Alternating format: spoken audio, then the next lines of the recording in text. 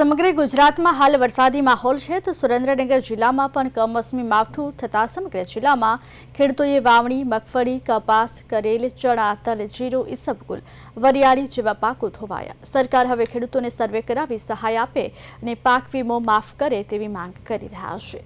સુરેન્દ્રનગર જિલ્લામાં ચુડામાં ધ્રાંગધ્રા વઢવાણ મૂડી તાલુકામાં પણ કમોસમી વરસાદ પડ્યો અને ખેતરોમાં પાણી ભરાતા મુખ્યત્વે મગફળી અને કપાસના પાકનો સોથ વળી ગયો છે। ધરતીપુત્રોએ વાવણી કરેલ વરિયાળી ઈસબગુલ જીરું જેવા પાકોનો સોથ વળી ગયો અને ખેડૂતોને રાતા પાણી રોવાનો વારો આવ્યો।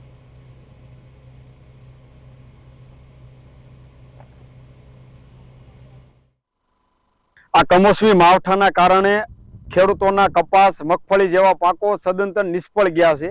તો રાજ્ય સરકારને વારંવાર અમે અગાઉ પણ રજૂઆત કરી છે અને અમે ફરી વખત આ માવઠા જેવી જે વિપત આવી છે ખેડૂતો ઉપર, ત્યારે અમે રાજ્ય સરકારને વિનંતી કરી છે કે સરકાર આ વર્ષે ખેડૂતોના પાક ધિરાણ માફ કરે, ખેડૂતોના લાઇટ બિલ માફ કરે અને જલ્દી ત્વરિત રવિ પાક લઈ શકે, શિયાળુ પાકની તૈયારી ખેડૂત કરી શકે। તો તે માટે જલ્દી સરકાર સહાય જલ્દી ખેડૂતોને ચૂકવી। હાલ સુરેન્દ્રનગર જિલ્લામાં કમોસમી વરસાદના કારણેથી સરકાર સર્વે કરી તાબડતોબ જે આ કપાસ, આજે હાલમાં હું કપાસમાં લાઈવ ઊભો છું, કાળો મસ્ત કપા થઈ ગયો, વીણાય એવું પણ રહ્યું નથી।